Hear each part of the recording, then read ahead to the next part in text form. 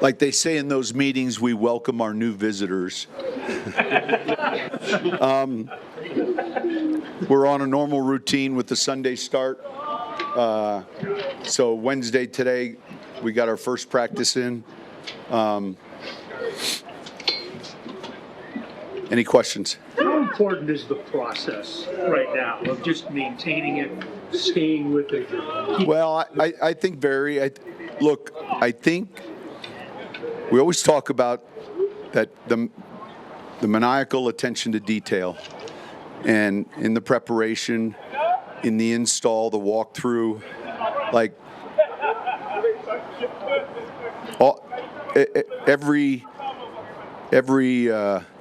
everything relative to not only the game, the conditions, all of that, I think is very important.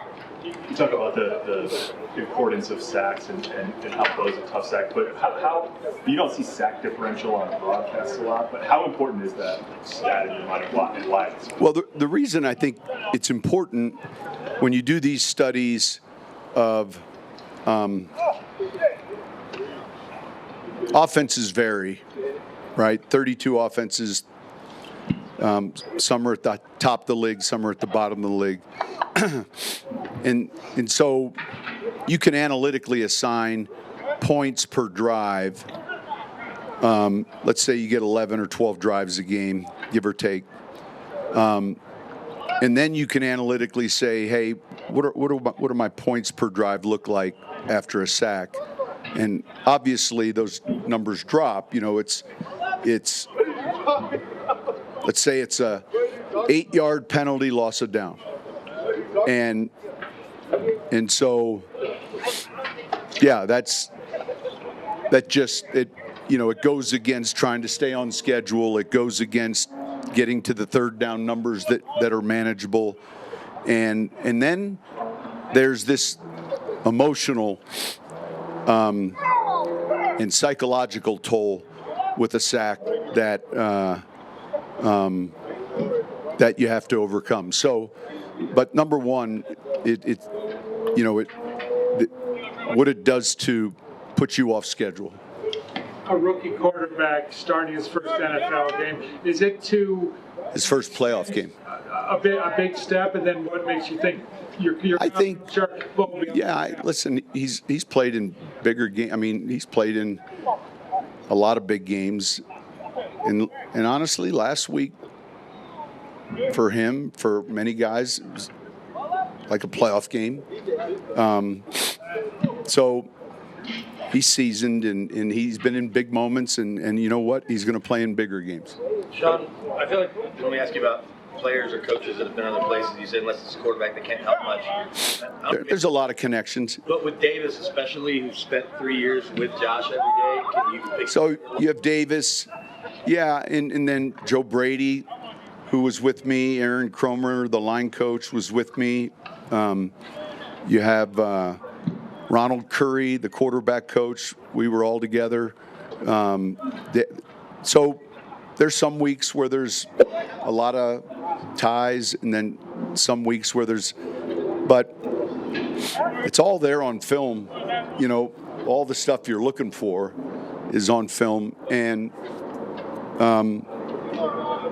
sometimes it can help relative to personnel, you know, if a guy can run or something specific, but I don't think a lot's made of that. What have you learned, Coach, about you coaching in playoff games? Is there a sense of urgency or a sense that you know, especially with the young team, maybe the players' eyes are on you? Does that change at all, or how you coach playoff games? Yeah, I mean, look, you stay with. We're all routine driven. Obviously,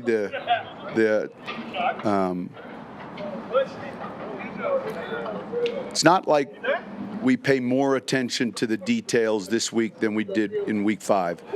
But you also understand in playoff football, unlike the other sports, it's 3 hours, you know, and put a video together this morning of just, you know, when you do this long enough, personal fouls, behavior penalties, these little things that can swing the outcome of a game. And so the margins, because you're taking the top teams in the league, the margins get closer, and therefore, you know, the mistakes can be of greater consequence. Coach, a lot of people around here are familiar with Von Miller's history. When you watch the film, what do you see from him? Yeah, man, you see his edge presence. Certainly, he does a great job with his arms, and you know he can still bend. You have to be aware of when he's on the field relative to what you're wanting to do, and I can remember him for all those years here, and then the toughest, it wasn't look, when you coach the Pro Bowl, we were playing an actual Pro Bowl game back then, and we happened to be the staff for the NFC, and obviously he was with the AFC, and I don't know what the financial difference is for the winners and losers, but back then, the fourth quarter, it would pick up a little bit because everyone had a hotel bill to pay. And certainly watching him play in that Pro Bowl, I'll never forget it. I thought, this guy's got a big hotel room to pay. And we had problems blocking him. So you'll never forget that. But elite player, Hall of Fame type player. Coach, during training camp, you said young and hungry can be dangerous, and you echoed that message. Yeah. Is key for a young and hungry team to go on the road and win in the postseason? Well, I think you're educating them as to what wins, you know, ball security and the field position. And,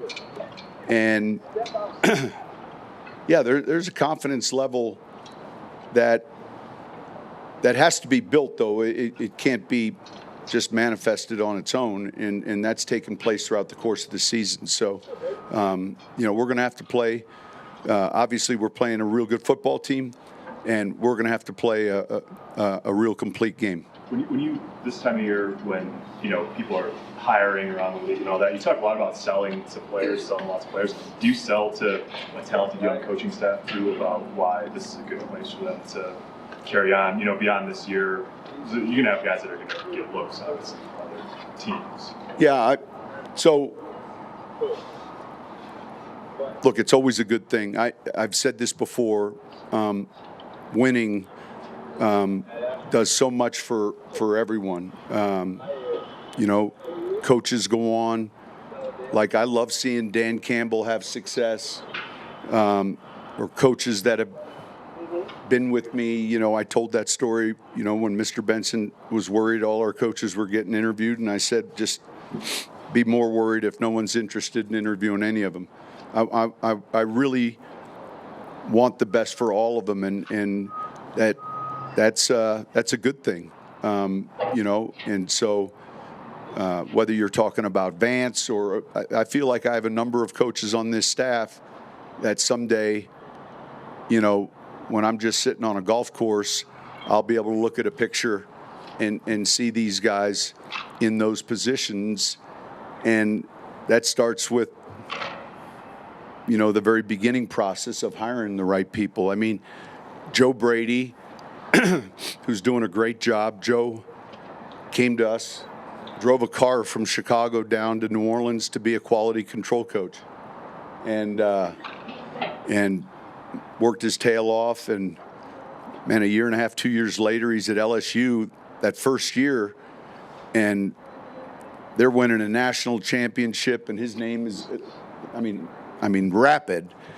And I kidded him or teased him a little. I went to the game, LSU versus who'd they play? Clemson. And I had the binoculars, and I wasn't looking at the field, and someone said, "Who are you looking at?" I'm saying, "I'm just checking to make sure it's the same Joe Brady." But all of those guys, Cromer, I mean, you know, you share so much time with these people and these coaches that you want to see them achieve their goals. And reached out, left Dan Campbell a voice message today. Congratulations, and so it's the product of winning, though. It's the product of winning. Sean, a lot of those guys that you talk about, you mentioned Vance the other day, or Aaron Glenn, take traditional path, or seemingly more. AG, yeah. Yeah, but then with Davis Webb getting interest. Davis Webb, all of them. What I'm saying on the timeline he's on compared to. It's a real small league, like relative to the. It's not a big community, and so just like player talent, I was in New Orleans, and Andy Reid called from Philadelphia, and they were asking permission to visit with Dennis Allen as a defensive coordinator. Dennis was coaching the secondary for us, and of course I said yes, and talked to DA, and he was going to set up an interview. Now, John Fox and I are close friends. We worked 4 years together at the Giants. But there is a little bit of this, man, word got out, Dennis is going to interview at Philadelphia. And so a week later, Foxy calls me in his hoarse voice and says, hey, I want to talk with DA about the defensive coordinator's position. I said, Foxy, I'm good with that. I said, you couldn't pick him out of a lineup right now, though. And so I think clubs are doing a great job. You're seeing clubs interview 10, 12, 14 candidates, and I don't know that was always the case. I always think the big challenge this time of the year, though, is when you're playing in these games, is minimizing the distractions, and the league is always looking at the windows for when to interview and when to, to do that kind of stuff. Because look, being in that position, when I had a chance to interview for, when I come home, my wife wasn't asking how the game plan was. She was asking, how are the schools at this next city? So there's that balance, and I think the league has looked closely at the windows to do it, and understandably so. How do you feel about your running game entering the playoffs, and can you use 3 backs in a playoff game? Well, you can use 3 backs in a playoff game if you want to. I think I've said this before, managing the carries, I think it's hard to feed 3. With Bo, you've talked about how guys have this belief in him that they're never out of it as long as he's under center. You go into the postseason, does that become even? Well, I think if you went through the teams that are in the postseason now, I think most, if all of them, probably have that belief they've got a guy they can win with, and that's one of the reasons they're in the postseason. With a quarterback like Josh Allen, who's so good on schedule and off schedule, what's the key to slowing him down? Yeah, well, the first key, if you're trying to slow him down on schedule, is obviously taking away, the primary read. The challenge is his size and strength. You can spy him, but he's one of those guys. And Lamar's the same way. Like, you have a guy on Lamar, and he's got this stiff arm that just keeps you at bay. And so those big physical type athletes can create and stay on their feet. I mean, there's a run he has last year in the postseason that was something. And so, populating the ball, but coverage during the second act. The first act is the 5-step, the 7-step, the 3-step. The second act is the unscripted. That's key.